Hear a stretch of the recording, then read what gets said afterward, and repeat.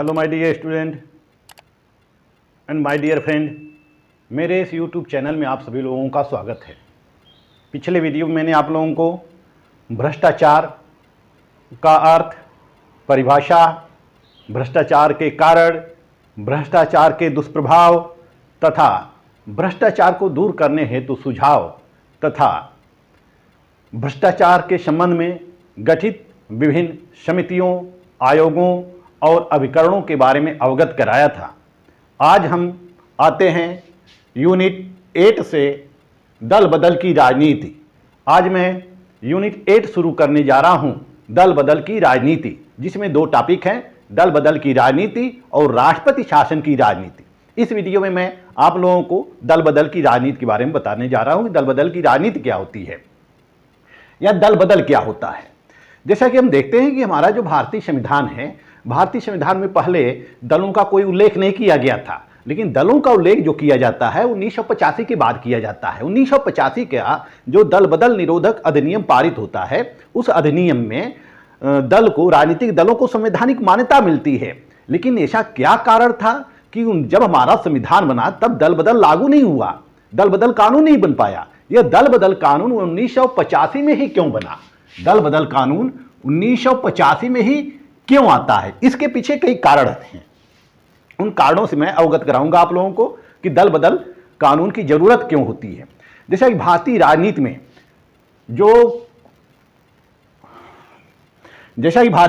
में राज्यों में कांग्रेस शासित सरकारें थी, वह 1967 थी, 1967 तक थी। यानी कि 1967 तक एक दलीय वर्चस्व रहता है, कांग्रेस का ही वर्चस्व रहता है, अधिकांश राज्यों में वर्चस्व रहता है 1967 तक।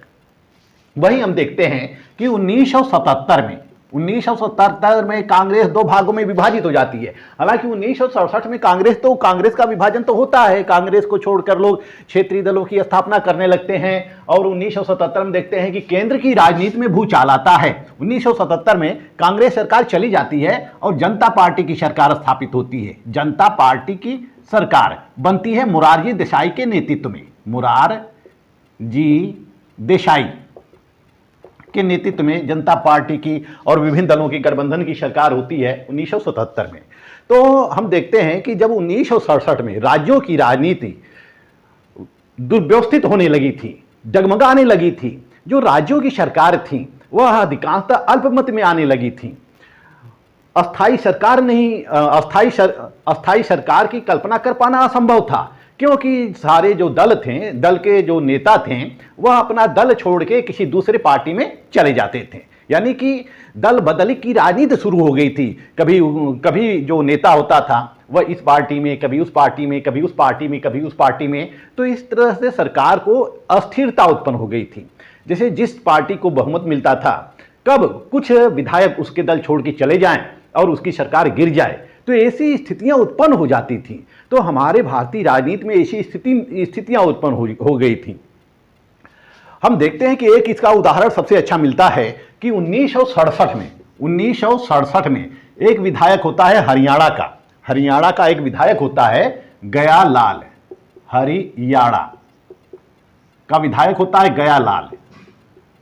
गयालाल यह विधायक होता है। यह एक ही दिन में 3 बार पार्टी बदली, एक ही दिन में इसने 3 बार पार्टी बदल दी, 3 बार पार्टी बदली। जब गयालाल ने एक ही दिन में 3 बार पार्टी बदली तो भारतीय राजनीति में एक वाक्यांश आ गया, एक कहावत आ गई, गया राम आया राम, गया राम आया राम,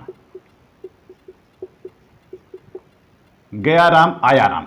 यह वाक्यांश प्रचलित हो जाता है कि गया राम आया राम।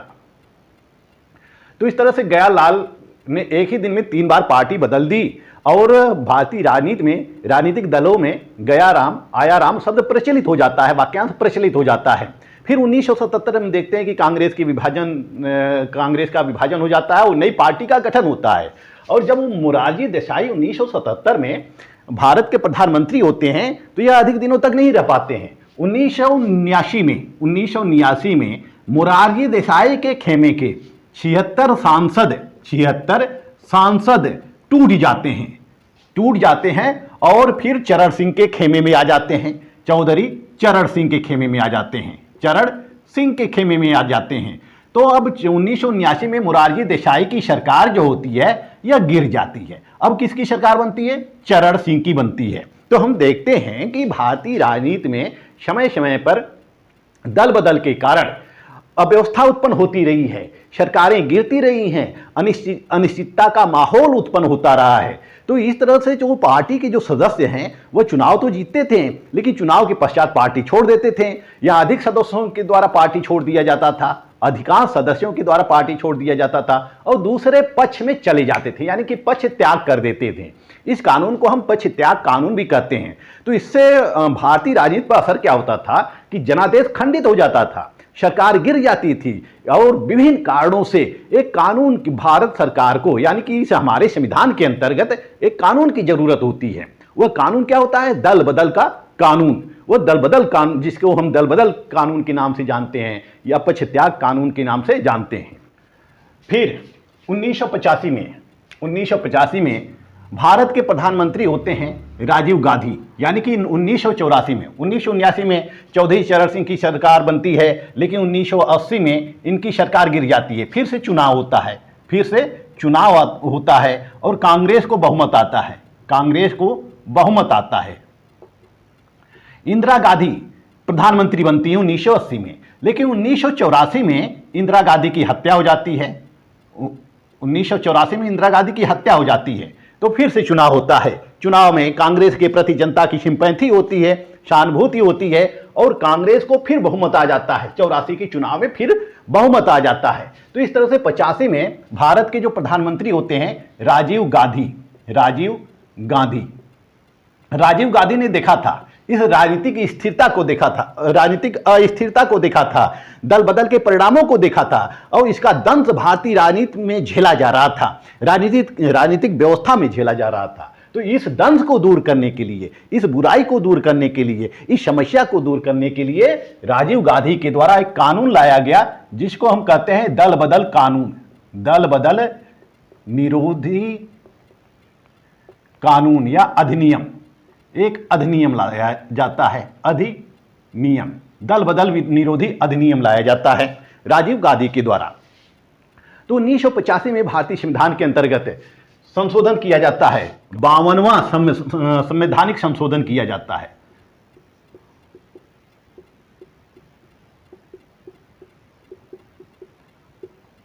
संशोधन किया जाता है 1985 में, जिसको हम दल बदल निरोधी कानून के नाम से जानते हैं। लेकिन दल बदल की जो आवश्यकता थी वो 1967 से ही महसूस की जाने लगी थी। 1967 में दल बदल से निपटने के लिए, 1967 में दल बदल से निपटने के लिए वाई.वी.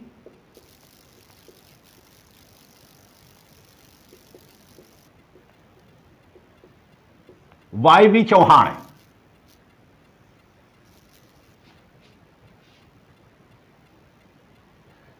उन्नीस सौ सड़सठ में दल बदल से निपटने के लिए वाई.वी. चौहान की अध्यक्षता में एक कमेटी गठित की जाती है। इस कमेटी का काम होता है कि दल बदल पर सुझाव देना कि दल बदल को कैसे रोका जाए। और इसने 1968 को अपनी रिपोर्ट दे दी, 1968 को अपनी रिपोर्ट दे दी और 1968 में यह संसद में प्रस्तुत किया गया। जो विपक्ष के पार्टी के लोग थे वह इस कानून को पारित करना चाहते थे, लेकिन इंदिरा सरकार ने इसको क्या किया कि प्रवर समिति में भेज दिया।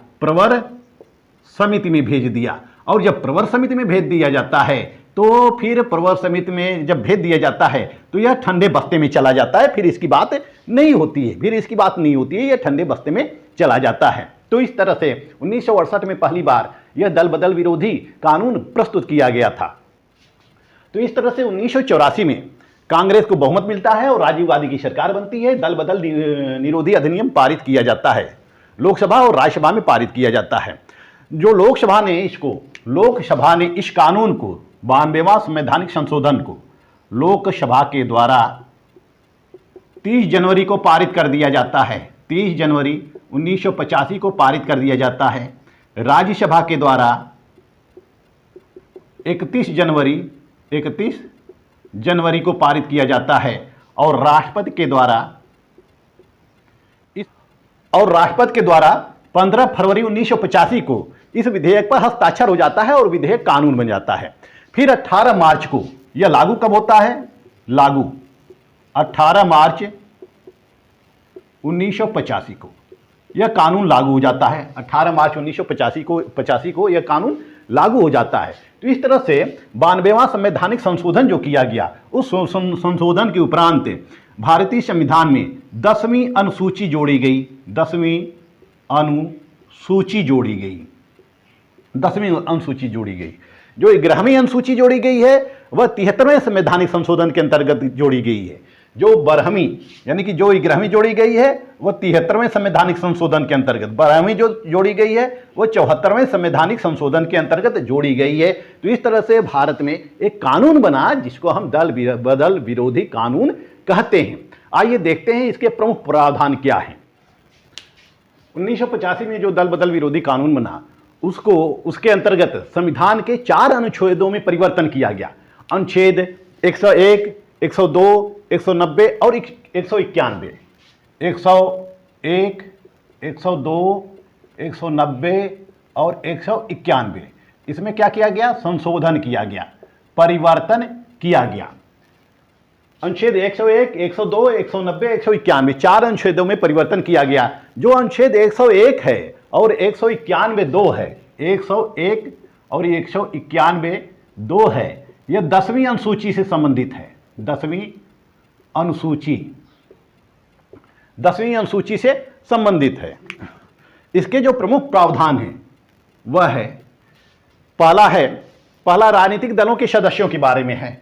राजनीतिक दलों के सदस्यों के बारे में, राजनीतिक दल के सदस्य, इसमें यह कहा गया है कि राजनीतिक दल के जो सदस्य होंगे, यानी कि जो राजनीतिक दल के निर्वाचित सदस्य होंगे, यदि वह स्वेच्छा से पार्टी छोड़ देते हैं, स्वेच्छा से पार्टी छोड़ देते हैं तो सदस्यता क्या हो जाएगी? समाप्त हो जाएगी। सदस्यता समाप्त हो जाएगी। यदि राजनीतिक दल स्वेच्छा से पार्टी छोड़ देते हैं तो उनकी सदस्यता, यदि राजनीतिक दलों के सदस्य स्वेच्छा से पार्टी का त्याग कर देते हैं, पार्टी छोड़ देते हैं, तो उनकी सदस्यता समाप्त हो जाएगी। और दूसरा प्रावधान यह जोड़ा गया, यदि राजनीतिक दल के सदस्य संसद में जब मतदान होता है तो राजनीतिक दल के सदस्य राजनीतिक दलों के निर्देशों के विपरीत मतदान करते हैं, तो ऐसी स्थिति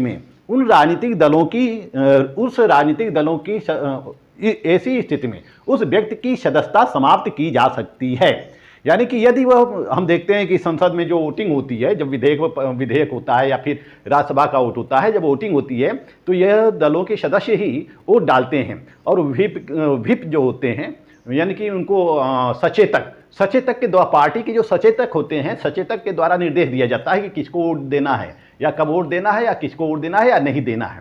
यदि वह पार्टी का जो निर्देश होता है उस निर्देशों के विपरीत जाते हैं, यानी कि मनमानी करते हैं, वह जैसे कि पार्टी ने कहा कि वोट देने के लिए, पक्ष में वोट देने के लिए या विपक्ष में वोट देने के लिए, उन्होंने पक्ष में वोट दे दिया, तो ऐसी स्थिति में उस पार्टी की सदस्य की सदस्यता जा सकती है, यानी कि उसको पार्टी से निकाला जा सकता है। यह दल बदल अधिनियम के अंतर्गत आता है, यानी कि वह दल बदल लिया।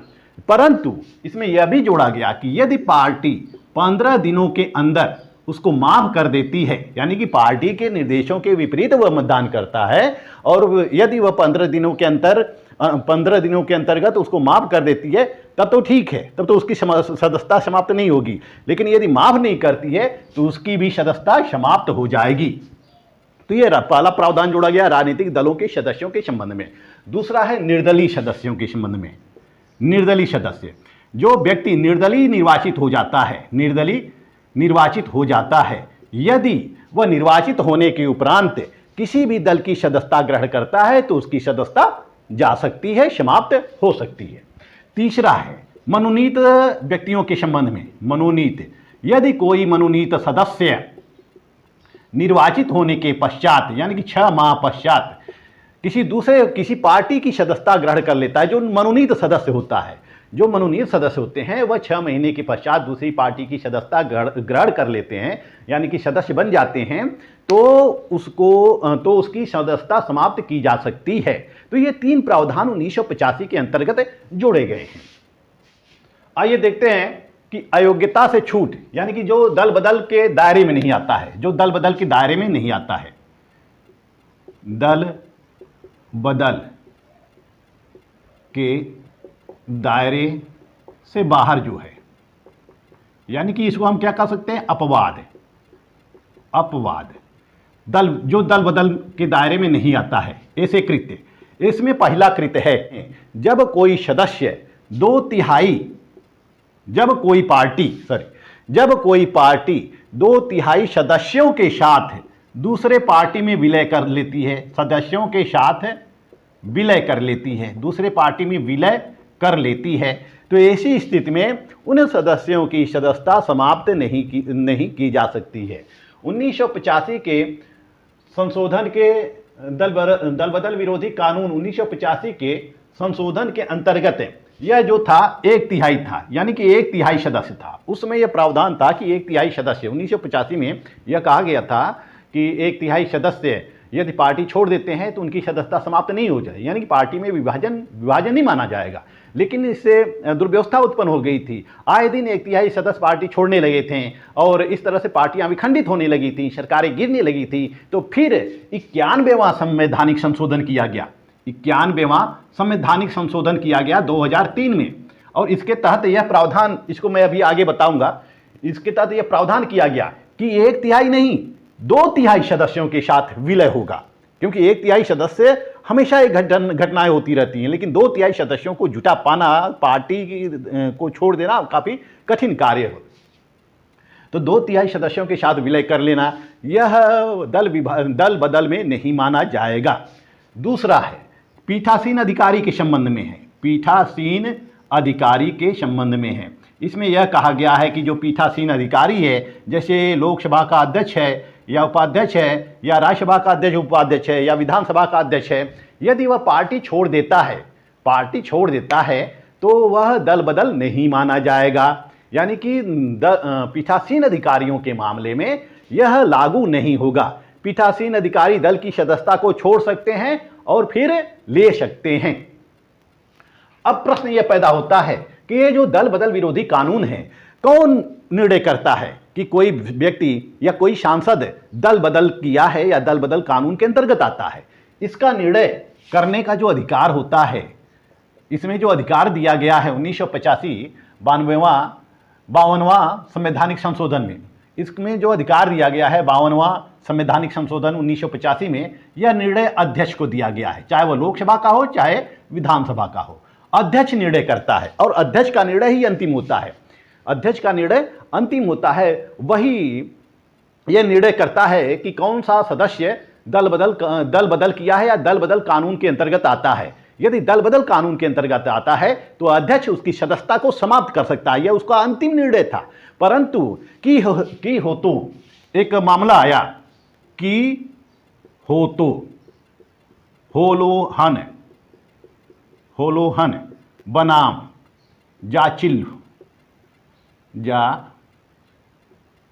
चिल्हू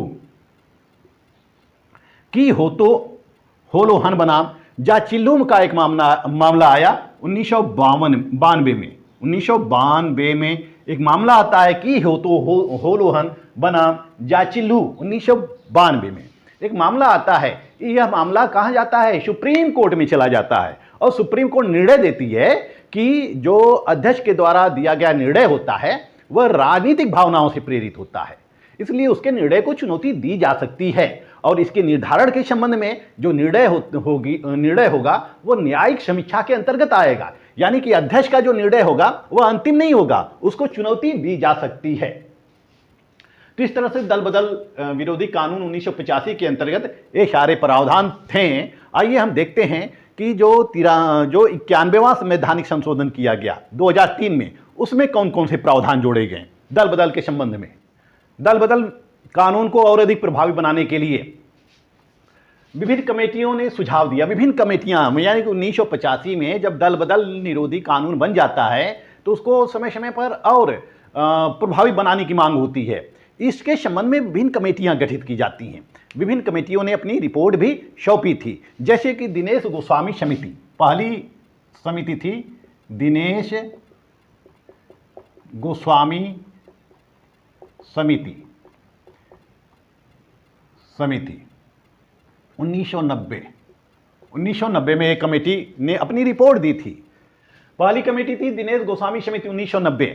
इस कमेटी ने यह चुनावी सुधार के संबंध में या दल बदल के संबंध में यह सुझाव दिया था कि जो भी व्यक्ति पार्टी त्याग देता है, स्वेच्छा से पार्टी छोड़ देता है, तो उसकी सदस्यता समाप्त कर दी जानी चाहिए। और इसका जो निर्णय है वह केवल लोकसभा के अध्यक्ष का निर्णय अंतिम नहीं होगा, बल्कि राष्ट्रपति के द्वारा किया जाएगा। राज्यों के संबंध में राज्यपाल के द्वारा किया जाएगा।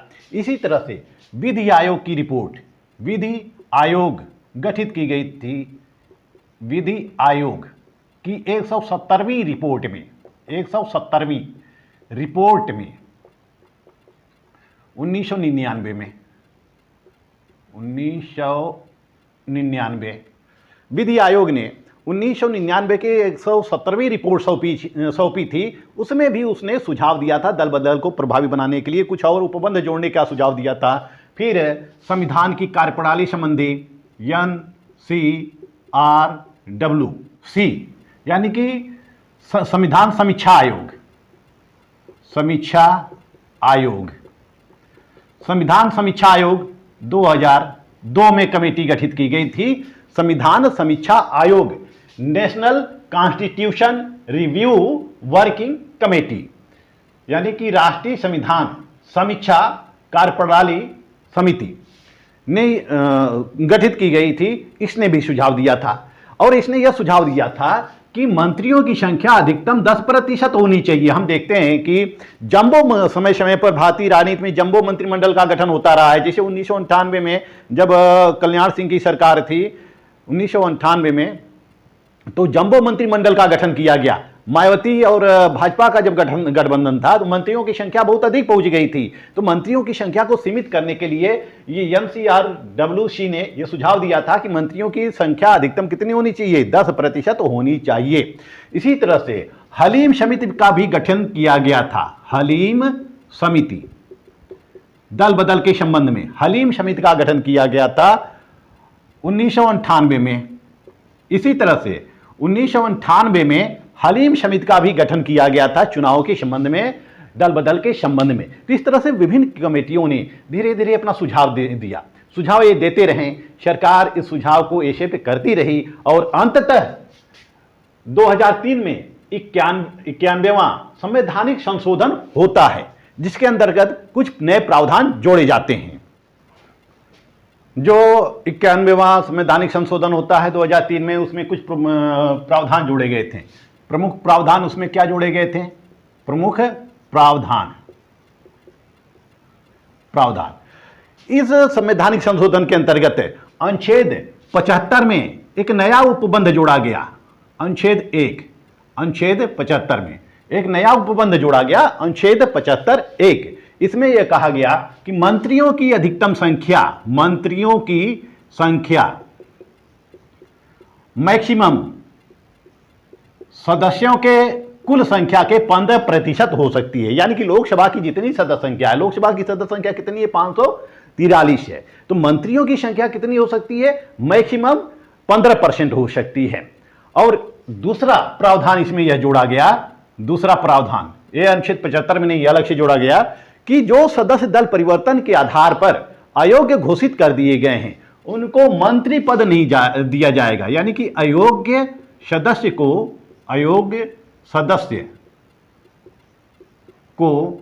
मंत्री पद नहीं दिया जाएगा, अयोग्य सदस्य को मंत्री पद नहीं दिया जाएगा। और इसमें तीसरा संशोधन किया गया अनुच्छेद 164 में तीसरा संशोधन किया गया। अनुच्छेद 164 में संशोधन करके एक नया उपबंध जोड़ा गया, अनुच्छेद 164(1).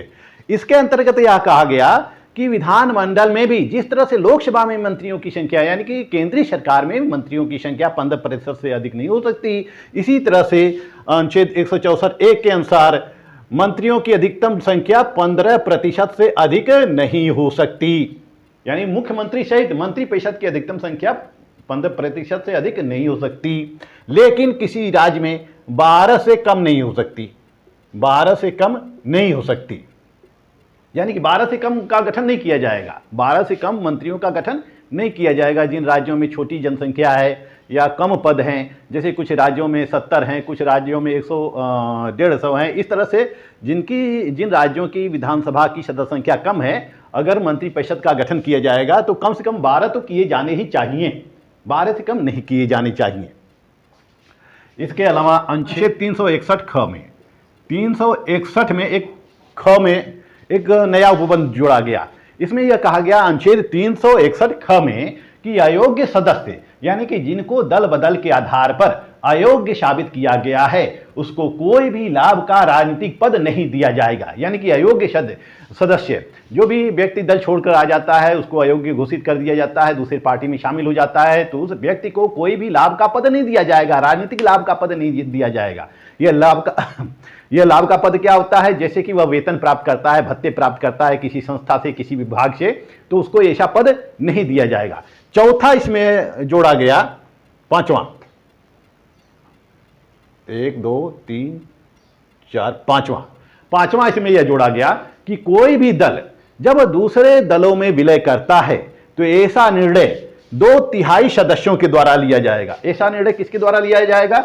2/3 सदस्यों के द्वारा लिया जाएगा। यह 91वां संवैधानिक संशोधन के द्वारा जोड़ा गया है। 2/3 सदस्यों द्वारा निर्णय लिया जाएगा कि वह पार्टी में शामिल हो या न हो। यानी कि 2/3 सदस्य मिलकर ही निर्णय करेंगे कि हम किसी पार्टी में शामिल हो या न हो। जैसे हम महाराष्ट्र की राजनीति में देख सकते हैं, महाराष्ट्र के राजनीति में अभी उद्धव ठाकरे की सरकार थी, अभी हाल में शिंदे की सरकार आ गई है। यही कारण था कि 2/3 सदस्य पार्टी से निकल जाते हैं, वह नया दल बना सकते हैं या अलग गुट बना सकते हैं। यानी कि इसमें अब दल विभाजन को दल बदल के आधार पर अयोग्य नहीं घोषित किया गया है। दल का विभाजन हो जाता है या दल का फूट हो जाता है तो उस आधार पर कोई भी सदस्य दल बदल कानून के श्रेणी में नहीं आएगा। तो इस तरह से हमारे भारतीय राजनीति के अंतर्गत भारतीय संविधान में 1985 में यह संशोधन किया जाता है। 52वां संवैधानिक संशोधन करके दल बदल विरोधी कानून बनाया जाता है, जिसको 2003 में संशोधन किया जाता है। उसमें कुछ अनुच्छेदों को हटा दिया जाता है और नए अनुच्छेद जोड़ दिए जाते हैं और उसको अत्यधिक कठोर बना दिया जाता है। उस दल बदल को अधिक कठोर बना दिया जाता है। तो इस तरह से भारतीय राजनीति के अंतर्गत जो भी दल परिवर्तन था, समय समय पर कुछ नेता दल बदलू पार्टी छोड़कर दूसरी पार्टी में चले जाते थे, इस पर लगाम लगाया गया, इस पर नियंत्रण स्थापित किया गया। अब दल बदल करना इतना आसान नहीं है। तो इससे लाभ क्या हुआ? दल बदल कानून बनने से पहला लाभ होता है दल बदल कानून से लाभ क्या हुआ? पहला लाभ होता है दल बदल पर रोक। पहला लाभ होता है कि दल बदल पर प्रतिबंध लग गया। यानी कि जिनकी प्रवृत्ति बन गई थी अपने लाभ के लिए, अपने स्वार्थों के लिए, कभी इस पार्टी में, कभी उस पार्टी में, तो ऐसे नेताओं के ऊपर प्रतिबंध लगाया गया कि वह अब दल छोड़ नहीं सकते हैं। यदि दल छोड़ेंगे तो अयोग्य घोषित हो जाएंगे, उनकी सदस्यता समाप्त हो जाएगी। दूसरा, विलय की सुविधा दे दी गई है। विलय की सुविधा, इस कानून के अंतर्गत राजनीतिक दलों को विलय की सुविधा दी गई है। जैसे कि कुछ राजनीतिक दलों के सदस्य, 2/3 सदस्य, यदि अपने पार्टी नेता से या पार्टी की नीतियों से असंतुष्ट हैं तो वह एक गुट बनाकर उस दल को छोड़ सकते हैं और किसी दूसरे पार्टी में जा सकते हैं। जो राजनीतिक भ्रष्टाचार है, राजनीतिक भ्रष्टाचार पर लगाम लगाया गया है। राजनीतिक भ्रष्टाचार पर लगाम लगाया गया है। यानी कि अब हम राजनीतिक भ्रष्टाचार पर कुछ हद तक अंकुश लगाया जा सका है। और जो चौथा लाभ हुआ है वह है कि दलों को संवैधानिक मान्यता, पहली बार दलों को संवैधानिक मान्यता प्रदान की गई थी। हमारे संविधान में दलों को मान्यता प्रदान नहीं की गई थी, संवैधानिक मान्यता दलों को संवैधानिक मान्यता नहीं प्रदान की गई थी। लेकिन ये जो 1985 में जो कानून बनता है, दल बदल विरोधी कानून, इस कानून के तहत दलों को संवैधानिक मान्यता दे दी जाती है। लेकिन इससे कुछ हानियां भी हैं, दल बदल विरोधी कानून से कुछ हानियां भी हैं। हानियां क्या है? पहली हानि तो यह है कि जब कोई भी सदस्य, यानी कोई भी सदस्य स्वतंत्र नहीं रह पाता है, वह अपने स्वतंत्र विचारधारा के आधार पर वोटिंग नहीं कर पाता है। पार्टी उसको अगर गलत निर्देश देती है तो गलत ही वोटिंग करनी होती है। यदि वह अपने, यानी कि वह ईमानदारी से वोट देना चाहता है, विचारधारा के आधार पर वोट देना चाहता है, तो ऐसा वह कर नहीं पाता है, क्योंकि वह राजनीतिक निर्देशों से बना होता है। यदि वह ऐसा कर देता है तो फिर उसकी सदस्यता समाप्त हो जाती है। यह जो दल बदल विरोधी कानून है, दल बदल निरोधी जो कानून है, यह व्यक्ति को राजनीतिक गुलाम बना लेती है, राजनीतिक गुलाम बना लेती है। कि यानी कि जो भी सही गलत नीतियों का राजनीतिक दल के सदस्य पालन करते रहें, राजनीतिक दल जो उनको निर्देश दे वो उनका पालन करते रहें। यदि सरकार का विरोध करना है तो जो विरोधी पार्टी के लोग हैं वो अपने पार्टी के सदस्यों को आदेश दे देंगे, निर्देश दे देंगे कि हमें धरना प्रदर्शन करना है, जेल भरो आंदोलन करना है। सरकार भले ही सही कार्य करे, और उसमें से कुछ ऐसे सदस्य हो सकते हैं जो कि सरकार की नीतियों का समर्थन करते हैं, लेकिन समर्थन करते हुए भी उनको विरोध करना पड़ता है। सबसे बड़ी बुराई तो यही है, सबसे बड़ी बुराई यही है कि उनको, वह इस बात को जानते हैं कि सरकार सही कार्य कर रही है, फिर भी उनको विरोध करना पड़ता है। इस तरह से वह राजनीतिक दलों के गुलाम हो जाते हैं। इसमें जो स्पीकर की भूमिका होती है, स्पीकर की, अध्यक्षों की भूमिका जो होती है वह संदिग्ध हो जाती है। स्पीकर की भूमिका जो होती है वह संदिग्ध हो जाती है। संदिग्ध क्यों हो जाती है? क्योंकि स्पीकर जल्दी निर्णय नहीं करता है। कभी कभी 3 महीने स्पीकर जल्दी निर्णय नहीं करता है कि कौन सा सदस्य अयोग्य है, यानी कि स्पीकर जल्दी नहीं निर्णय कर पाता है। और जब जल्दी नहीं निर्णय कर पाता है तो अयोग्यता के संबंध में करीब 3 साल तक चलता रहता है मामले। संसद सदन में 3 साल तक मामले चलते रहते हैं, वह जल्दी निर्णय नहीं कर पाता है। जबकि चाहिए क्या कि जब अयोग्यता संबंधी मामला उस स्पीकर के सामने आए तो वह उस पर तुरंत निर्णय दे दे, वह उस पर तुरंत या कम से कम समय में निर्णय दे दे। लेकिन कभी कभी अध्यक्ष भी होते हैं या स्पीकर जो होते हैं वह राजनीतिक भावनाओं से ओतप्रोत होते हैं, राजनीतिक द्वेष से, राजनीतिक ईर्ष्या से ओतप्रोत होते हैं। ऐसे में वह किसी भी दल के सदस्य को अयोग्य घोषित कर सकते हैं। तो इस तरह से इससे थोड़ी सी हानियां भी हैं, लेकिन लाभ अधिक हैं। आइए देखते हैं कि दल बदल से होने वाले नुकसान क्या हैं, यानी कि जो दल बदल की परंपरा पड़ी उससे हानियां क्या होती थी।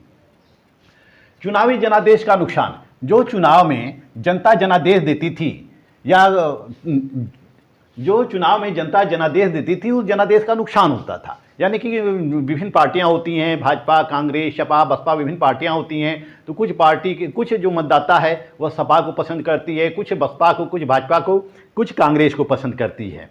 तो जब किसी एक दल की सरकार बन जाती है, यानी कि चुनावी जनादेश जो होता है, जैसे कि हम आपको उदाहरण देके समझाते हैं कि इसमें 325 सीटें आई थी।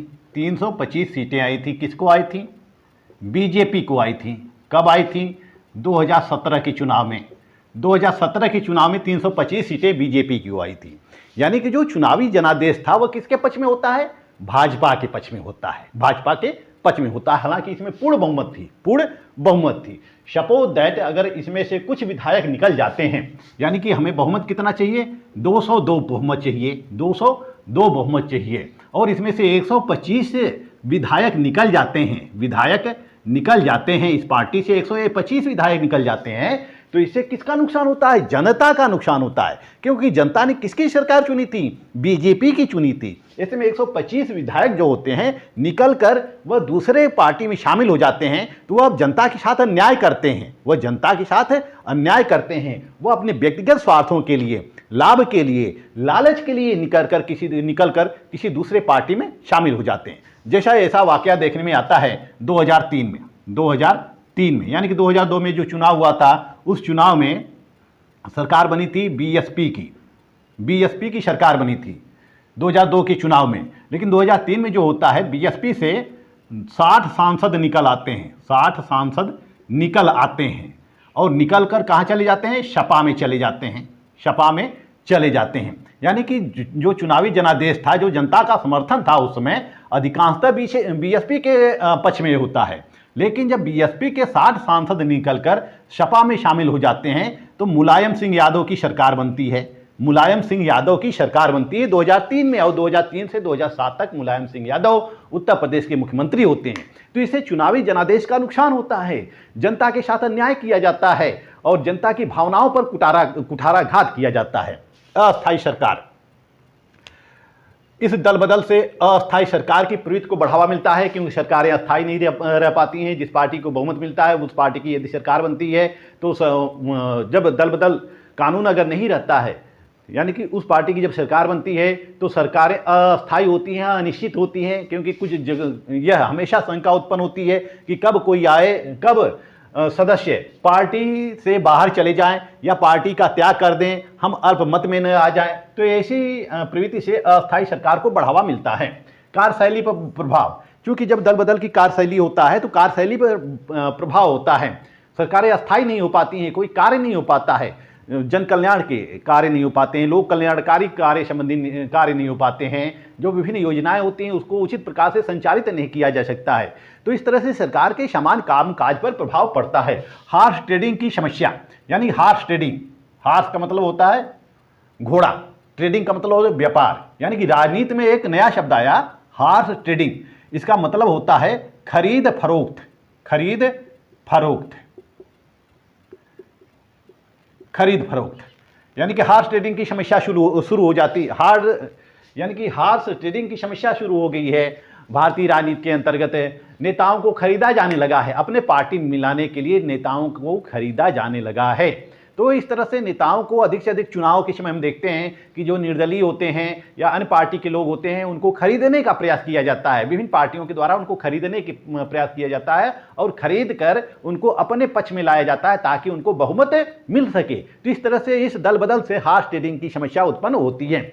यह जो दल बदल कानून बना है, यह दल बदल कानून थोक दल बदल की अनुमति देता है। पहले क्या था, एक तिहाई सदस्य यदि पार्टी से अलग हो जाते हैं तो वह दल बदल के दायरे में नहीं आएंगे, कानून में नहीं आएंगे।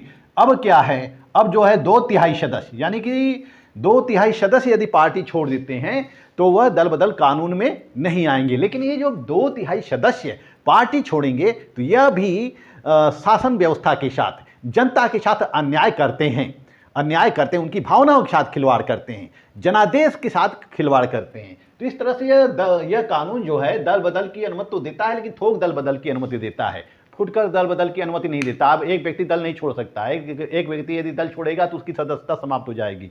वह 2/3 सदस्य ही दल छोड़ सकते हैं, तो इस स्थिति में उनकी सदस्यता समाप्त नहीं होती है।